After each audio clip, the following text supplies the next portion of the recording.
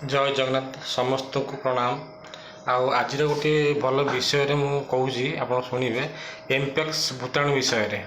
बर्तमान दक्षिण आफ्रिका राष्ट्र मानक जो संक्रमण चलला एमपक्स भूताणु ता द्वारा लोक मैंने आक्रांत हो मृत्यु मुखर पड़ुंट एवं पाकिस्तान में चतुर्थ एमपक्स लोक ठाब कर पूर्वर 3 जन लोक ये रोग आक्रांत होते तेणु यहाँ चिंतार विषय। विश्व स्वास्थ्य संगठन यापर एक जरूरी नोटिस जारी करटा माने माने स्वास्थ्य दृष्टि यहाँ बहुत आमर कह गले जटिल परिस्थिति सृष्टि होती। तेणु विश्व संगठन यहाँ जारी कर रोगटा बहुत डेंजरियस माने जमती आमर पूर्व थिला जो रोग तार बहुत डेंजरियस।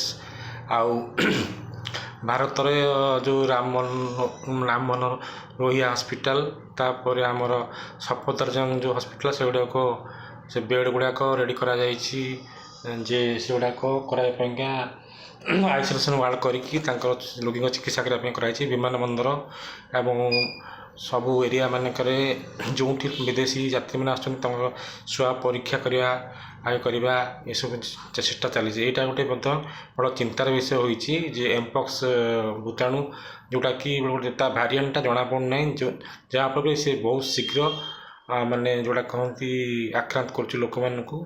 तेणु यहाँ गोटे विश्वर गोटे बड़ जटिल परिस्थिति सृष्टि होती। तेणु समस्ते ये विषय चिंता करने दरकार।